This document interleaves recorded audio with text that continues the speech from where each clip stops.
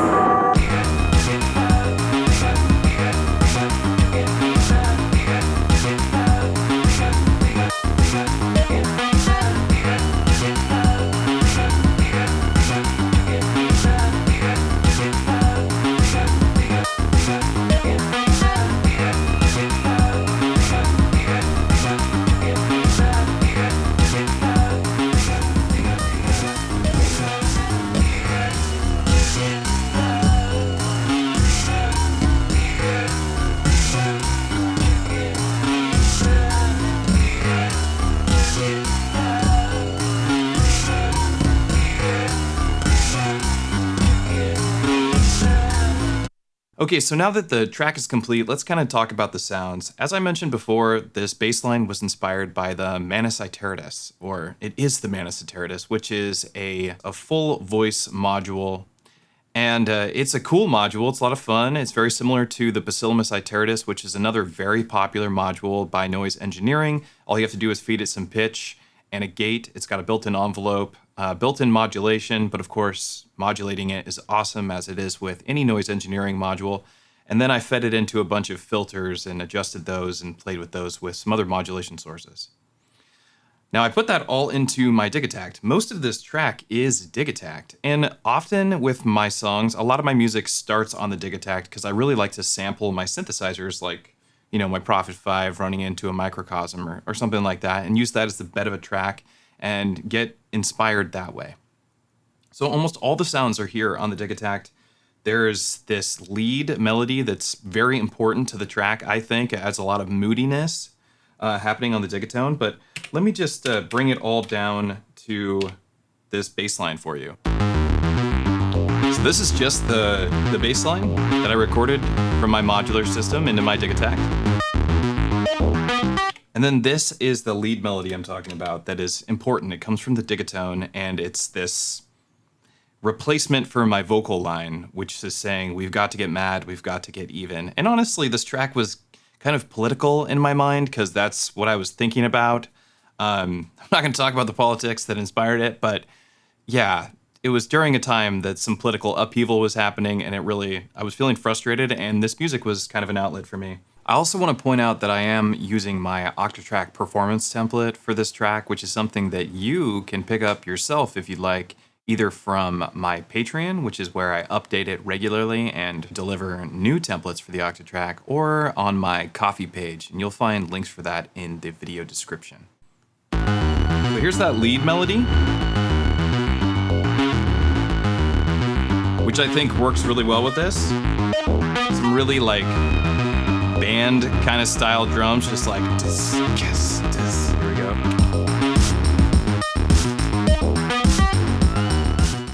I like the drums that I chose. They're very punchy drums and they cut through the mix. They feel a little abrasive, and I wanted that to, to hit hard, and I feel like the drums hit hard. And then there's also this tambourine going. And then over on the Syntact, we're barely using it at all. It's just kind of being auxiliary, and I wrote this track when I was kind of trying to figure out what do I want to do with the Syntact in my workflow. And I ended up using the Syntact as just the auxiliary synthesizer, drum, whatever. If I need something, the Syntact has got it because it has so many different engines, got the analog synthesizers in it, the analog synth engines, and they sound great. So I often go over here for bass. I've actually been removing bass lines from other machines and translating them over to the Syntact, which is a tedious, meticulous, and frustrating thing to do. However, it's satisfying because I get way fatter sounds over here, though there is no chorus. So sometimes the bass lines really do need to live here, and then sometimes they're sampled, so they have to be on the Digitact. But having this setup all together is working really well for me and allowed me to write this track. So moving on to the second part of the song, which is the most exciting and interesting part of the song, I think, but it's a different vibe altogether. It's that same patch that I had with a couple of different notes, and I kind of manually sliced it up in the Digitact, so I'm finding these points that work really well across the timeline. If you push down on the encoder, it jumps in these perfect spaced out amounts, these quantized amounts, and you can find these perfect slices if you recorded, say, exactly a 4-bar loop into your Digitact. So it's really useful for kind of emulating slices on the Octatrack, I find. So I have this arpeggiator thing going on. I wanted to use an analog synth voice. It's not really an arpeggiator, but to me it kind of feels like one. And then we have some more percussion happening over here. Again, that lead melody kind of keeping the continuity of the whole song, as well as the bass line being the same timbre, of course. A lot of distortion on my voice, using my cool vocoder synthesizer that I have over here that I featured in another video, and just using the filter bank, processing my voice with that, sampling it into the Digitact, and then just setting different start points across the sequencer. And it turned out pretty good, so I've been having a lot of fun with this. I've actually gotten to the point now where I'm just like, I'm ready to write some new music again, because I've been playing shows for the last 2 months with basically these same songs. There's like 5 or 6 songs I've been playing over on these like 30 to 40 minute sets, sometimes like 6 or 7 songs. I prefer to do my music in a way, or set my projects up in a way that I can repeat songs again, or that they can be better performances each time, tighter, smoother experiences, or just getting better with my octatrack tricks and my different effects tricks.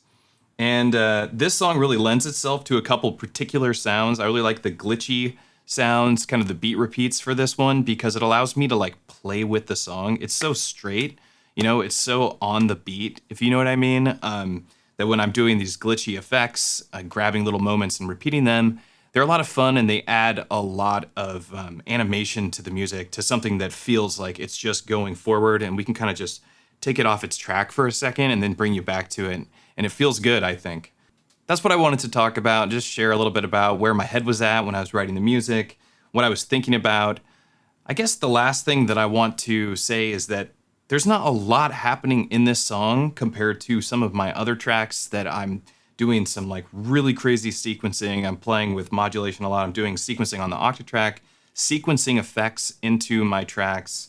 Those tracks are a lot harder to build, but sometimes you don't need to do that. Sometimes simpler is better, because you're trying to make a song, not trying to make complex arrangements. And while this song has some complexity to it, there's no doubt. I started off on a modular synth, and it took a while to build a patch that sounded good. That was where the real complexity came. I just sampled it into the Digitact, and it just took over from there. But my point is that when a song feels complete, it's just done. Just go forward with that. I've spent a couple of days like playing with this track and trying to add elements to it, and every time I'm like, nah, just take it away. I write something new, and then I delete it. I write something new, and I delete it, because I guess it was already done. Don't forget to like and subscribe, very important for the channel. If you'd like to visit my Patreon, please do so. I have some really cool perks on there, including octatrack templates and some sounds that I've made using single cycle waveforms for the Digitact, as well as a sound pack of drums that I made using my modular. Also, you can visit the Discord, which is a great place. We have 1,700 plus members there. Lots of Electron users, lots of modular users, a really healthy marketplace. Just a great place to hang out and chat and talk about electronic music. I'm Matthew. I'll see you next time.